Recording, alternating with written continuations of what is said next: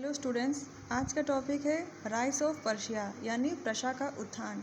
आज हम प्रशा के उत्थान के बारे में जानेंगे और किन शासकों ने प्रशा पर अपना शासन किया उसके बारे में जानेंगे।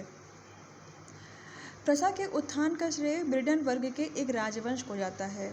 इसी ने प्रशा का उत्थान किया था, लेकिन इस राजवंश की स्थापना वास्तव में इस्लाव जाति के आक्रमणकारियों से रक्षा के लिए एक रक्षा पंक्ति के रूप में की गई थी।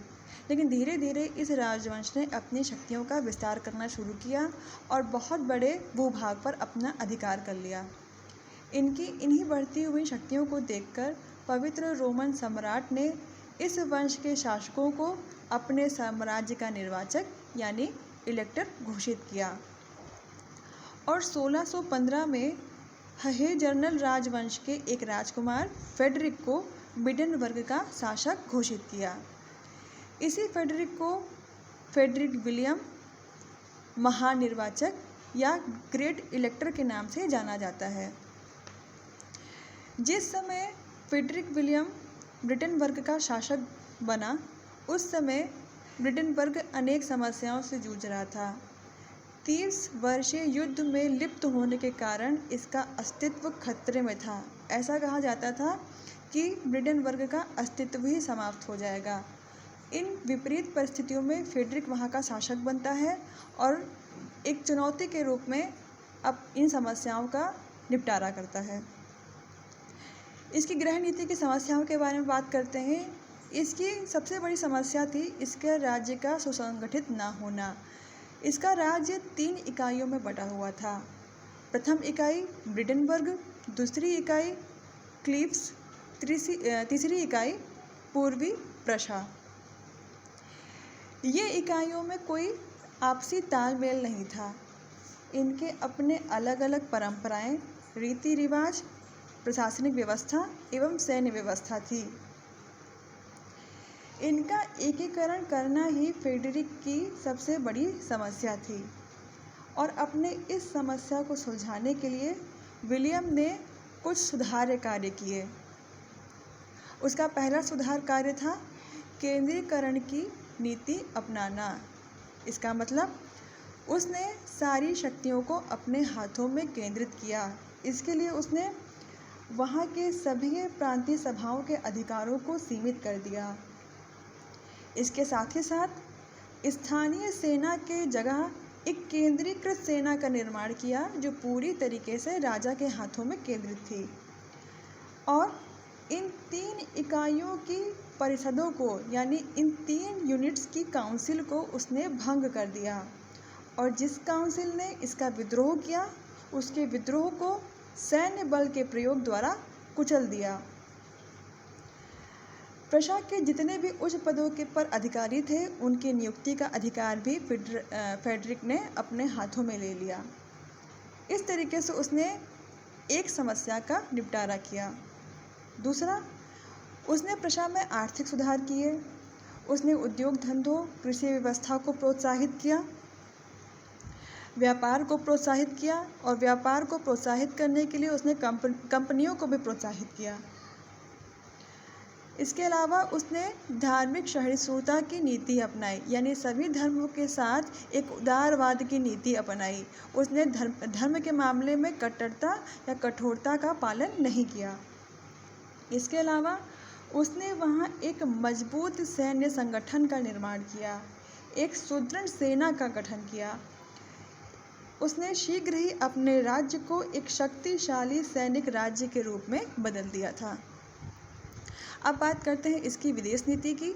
तो फेडरिक विलियम की विदेश नीति के बारे में ये कहा जाता है कि इसने जो नीति अपनाई थी वो इसके अवसर के अनुकूल थी, जिसने इसकी साम्राज्य की सीमाओं को बढ़ाने में इसकी सहायता की थी। इस प्रकार फेडरिक विलियम ने अपनी आधी समस्याओं का निपटारा कर लिया था। इसके बाद इसका पुत्र फेडरिक तृतीय यानी फेडरिक थर्ड राजा बनता है। इसके बाद इसका पुत्र फेडरिक विलियम प्रथम राजा बनता है।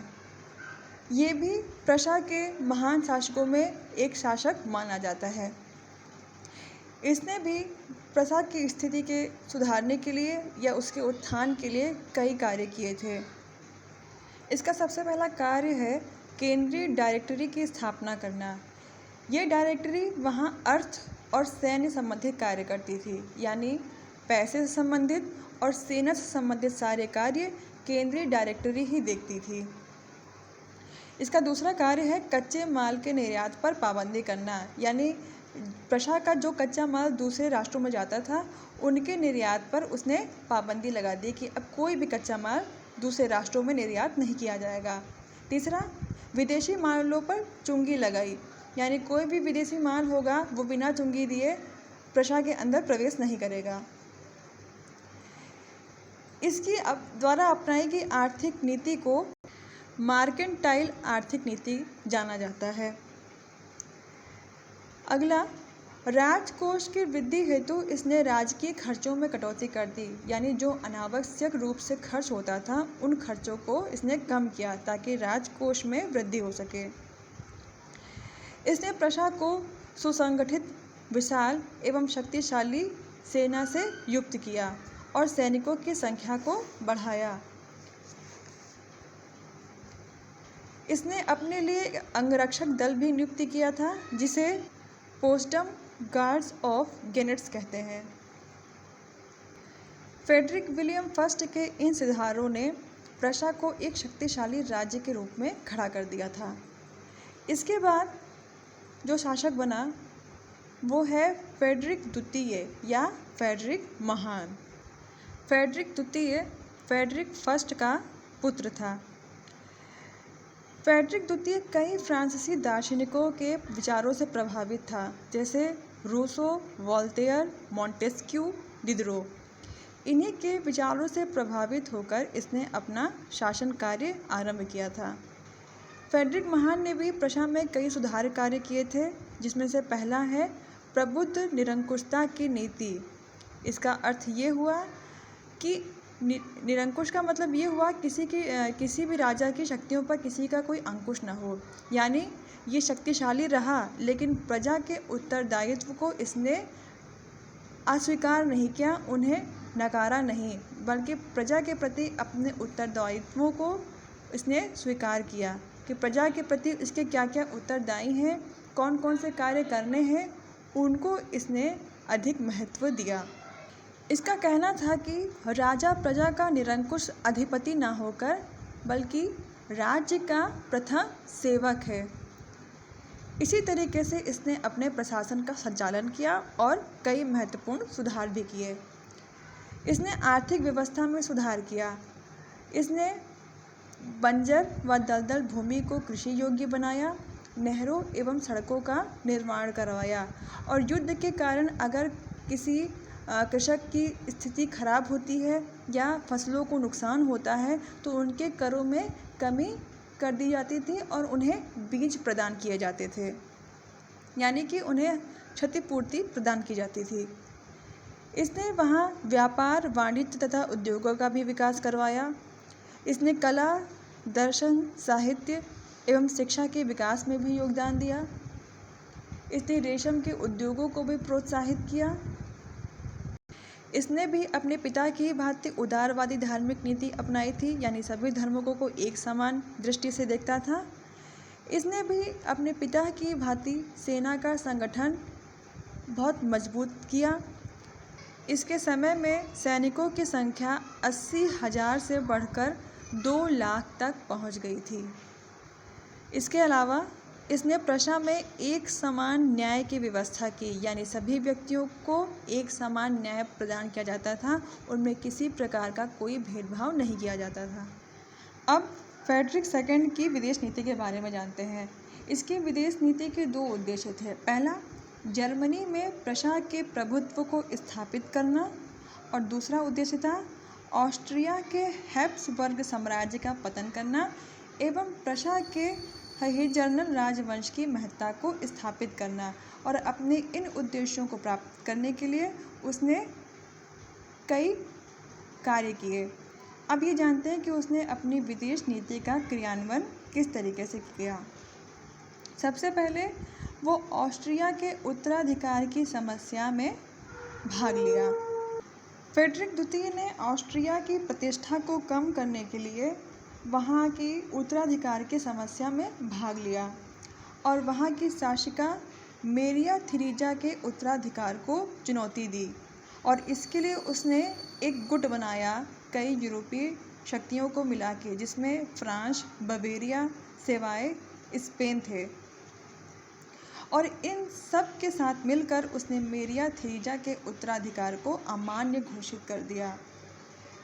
1740 में ऑस्ट्रिया में उत्तराधिकार का युद्ध आरंभ हो जाता है और 1748 में एला शेपिल की संधि हो जाती है और इस संधि के अनुसार मेरिया थेरेसा को ऑस्ट्रिया का उत्तराधिकारी मान लिया जाता है। लेकिन इस उत्तराधिकार से प्रशा को एक फ़ायदा ये होता है कि उसे साइलेशिया पर अधिकार उसका मान लिया जाता है। उसकी विदेश नीति का दूसरा पॉइंट है सप्तवर्षीय युद्ध।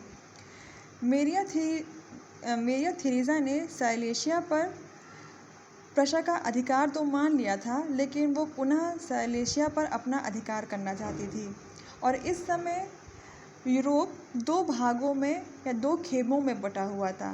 पहले खेमे में इंग्लैंड और प्रशा थे, दूसरे खेमे में France, Prussia, Austria, Sweden, Spain, Naples और सार्डिनिया जैसे देश थे।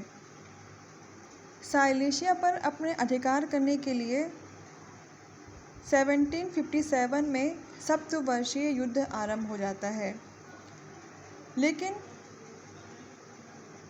15 फरवरी 1763 में प्रशा व ऑस्ट्रिया के मध्य एक संधि हो जाती है और इस संधि के तहत साइलेशिया पर प्रशा के अधिकार को मान्यता प्रदान कर दी जाती है।